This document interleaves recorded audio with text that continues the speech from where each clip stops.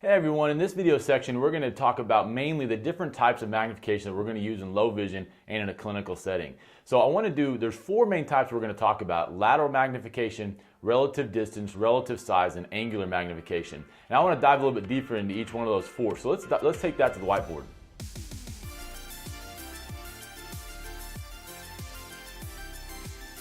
All right, so like I mentioned, there's four main types of magnification. You guys can see those here on the screen, and I notice it's kind of busy, but I think it'll be a really helpful overview, big picture for us as we're moving forward in low vision. So if you want to take a second, pause the video and write all this out here in the sides there in your notes, you can certainly do that. We're going to go through and talk about each one of these, or you can do that after we get going. I'm going to leave it up here on the screen for a little while. Either way will be fine with me. So the first type that we're going to talk about is going to be lateral magnification. Now, we really hit this pretty hard in geometrical optics. So if you guys want to go back and talk a little more lateral magnification, you can go back and review that section of geometrical optics. So we're not going to hit that one very heavily here, but just to real quickly remind you of the equations that we would use for lateral magnification, right? We've got our big L over our L prime, so our object vergence over our image vergence, right? The other language there for optics that you might use is going to be U over V, right? So big U over big V. So once again, your object vergence over your image vergence.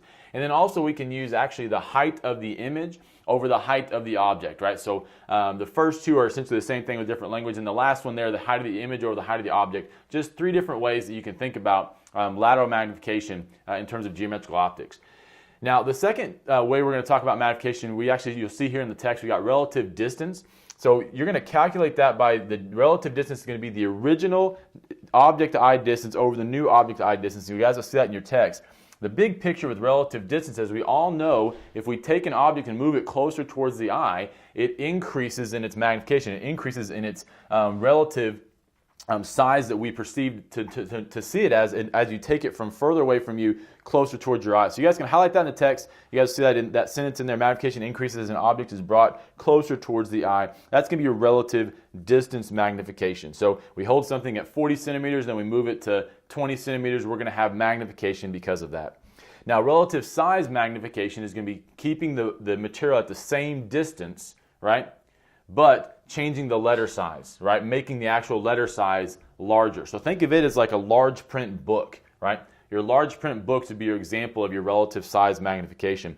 And to calculate that, you're going to have the new object size, the larger letter, over the original object size, right? So size is going to be equal to new over original. So kind of summary point here: relative distance, the actual letter size, the physical letter size stays the same, but you just actually move that letter closer towards you, giving magnification.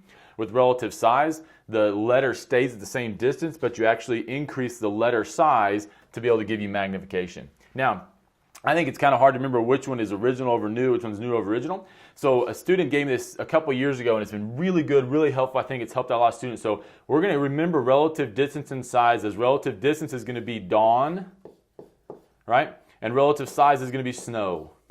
Right? So these are our dawn-snow equations, right? Relative distance is original distance over new distance. Relative size is going to be the new size over the original. So whenever you're thinking of relative distance, relative size, just think of dawn-snow, right? These are our dawn-snow equations. Great, guys. So moving on, we're going to finish up talking about angular magnification. That's going to be the main focus of our video, is going to be talking about angular magnification. So anytime we think of angular magnification, think of a lens being used to create magnification. If you guys want to highlight that, right, that's right there in the text, right? Results in an increase in retinal image size of an object by introducing an optical system in between the object and the eye. That optical system is essentially just a lens, right? And so we've got two main types of angular magnification that we're going to talk about: handheld magnifiers and stand magnifiers, right?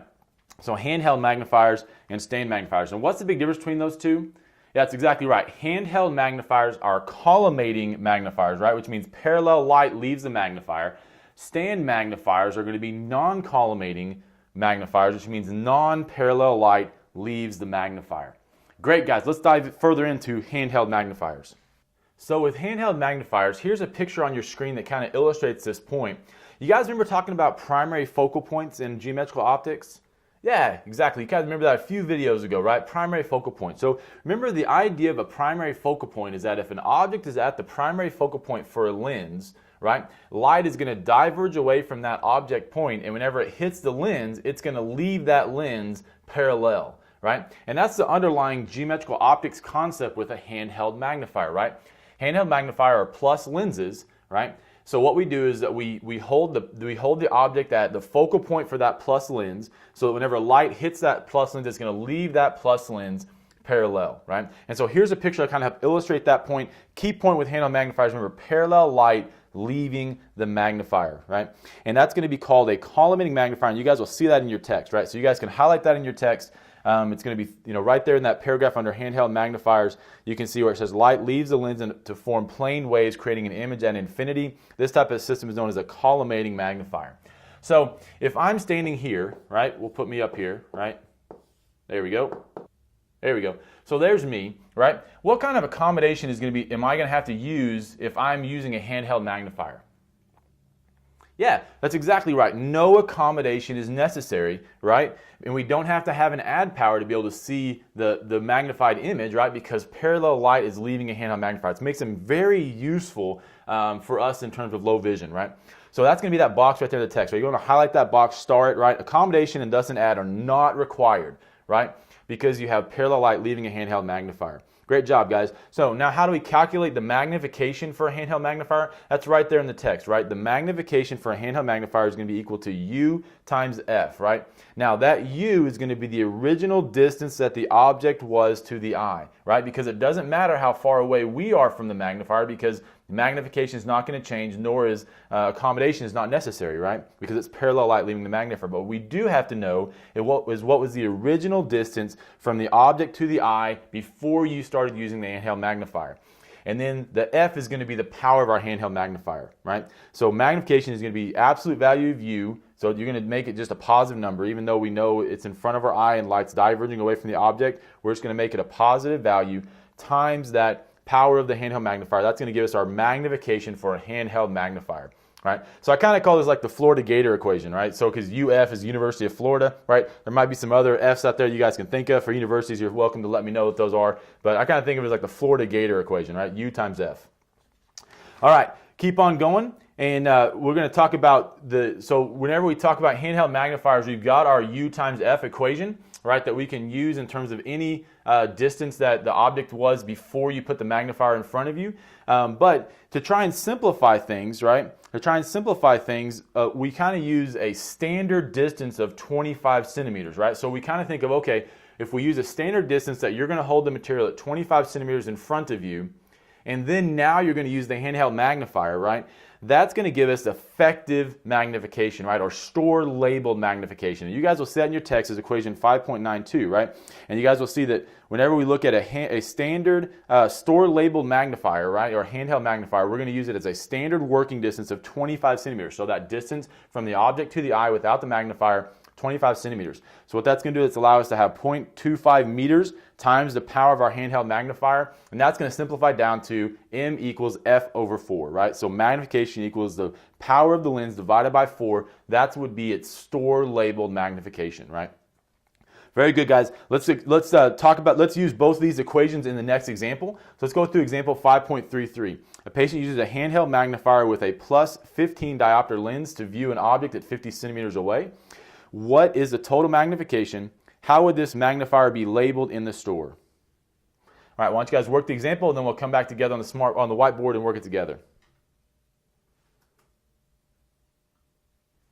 All right, so to calculate the magnification for this handheld magnifier, remember we have a 15 diopter lens that we're using, right? We also have an object that's going to be 50 centimeters away, and so that's the distance from the object to the eye without the magnifier is going to be that 50 centimeters, right? So we're going to use 0.5 meters, okay? And then we're going to use a plus 15 diopter as a power, so we use our U times F equation, right? And we get 7.5x is going to be our magnification for using that handheld magnifier, right?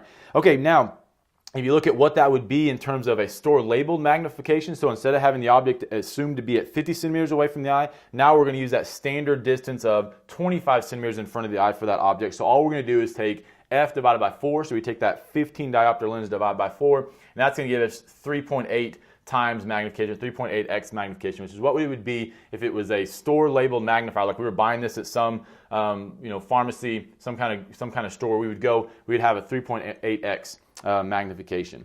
All right, guys, let's keep on going and talk more about field of view. All right, so we're continuing our conversation on handheld magnifiers. We said that if we hold an object at the primary focal point for a lens, right, that light's going to leave that lens parallel, and that's the definition of a handheld magnifier, right? And remember, we talked about this before in geometric optics, but just to calculate that primary focal point, all you do is take 1 over the power of that lens, right? And that gives you the distance of your primary focal point. So if you have a +10 lens that you're using as a handheld magnifier, you just take 1 over 10, and that would give you 0.1 meters or 10 centimeters in front of that lens is where you would need to hold material so that whenever light left that +10 lens, it would leave parallel, right? So in case that comes up, you might see that on quiz questions as you're moving forward. Just kind of want to reiterate that and talk about that one more time here. But we said whenever we get behind the lens, right, that accommodation is not necessary, right? And magnification does not change, right? Whether we're whether we're 5 centimeters behind the lens or whether we're a meter behind the lens, magnification and accommodation are not, magnification doesn't change and accommodation is not necessary, right? But what does change as we move further away from a lens, right? As I move further away from a lens, what does change? It's going to be field of view, right? So your field of view does decrease as you move further away from a collimating lens or a handheld magnifier. And so if you guys look in your text, you guys will see that. It says, although angular magnification of a HHM, which is a fancy way of saying handheld magnifier, does not change, right, when it's brought close towards the eye, the patient will have a larger field of view, right? So the closer you get to the magnifier, your field of view will increase. And you guys have that equation right here of 5.98, right? Where D is going to be the diameter of the lens, right, in meters, okay? And then FE is going to be the equivalent power of the lens, or FEQ, right? Equivalent power of the lens. And then L is going to be your distance from the magnifier to your spectacle plane or to the eye, right? Very good. So that's going to be your linear field of view. And then you guys have example 5.34. I'll let you guys work through that goes through an example there. So great job, guys. Let's keep on going and finish up our topic talking about stand magnifiers. All right, remember with stand magnifiers, we said the key thing about stand magnifiers is you have non-parallel light leaving a magnifier, right? So non-parallel light leaving a magnifier. So light will be diverging as it's leaving that magnifying lens, right? And that's because most likely we're going to be holding an object inside the primary focal point for that lens. So we said we used in the handheld example a minute ago, we talked about a +10 lens, right? So if we have a +10 lens, we're using that as a magnifier. And so that's our focal point. Our primary focal point is going to be, 10 centimeters. Well, let's say we're holding the object at 5 centimeters, right? So we're holding the object inside the primary focal point. What's going to happen is light's going to be diverging more, right, than that +10 lens can converge it down to make it parallel. So that means that because the object is inside the primary focal point, light's going to hit that lens diverging. It's also going to leave the lens diverging because that object is inside the primary focal point. So you guys want to highlight that in the text, right? It says for most stand magnifiers, the object is going to be located inside the primary focal point of the lens, right? And that's going to create an upright, magnified, and virtual image, right? You're going to have light leaving the magnifier divergent, non-parallel. So what does that mean? That means for us to be able to see the image clear, what are we going to have to do? Yeah, that means we're going to have to accommodate, right? Or we're going to have some kind of add power.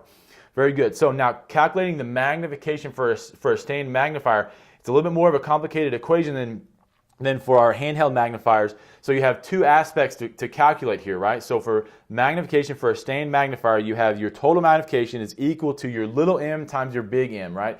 Kind of a little bit of a confusing equation, but above that little m, just write in lateral magnification, right? Your lateral or your geometrical optics magnification. That's going to be your, your big L of your big L prime, or your big U or your big V, or your height of your image or your height of your object, right? That's going to be your lateral geometrical optical magnification. And then your little m is going to be your angular magnification. It's most likely going to be the dawn, right? It's either going to be dawn or the snow, right? But it's most likely going to be relative distance magnification because you're going to be moving an object closer towards that stand magnifier. So you're typically going to be using your relative distance magnification, which is going to be the original distance to your eye over the new distance to your eye, right? So it's going to be that calculation there. That's going to be how you'll calculate the magnification for a stand magnifier. So like I said, in here at the bottom, the next in the text, you'll see, remember that because that light is leaving divergent, we're going to have to either have to accommodate, or we're going to have some kind of add power.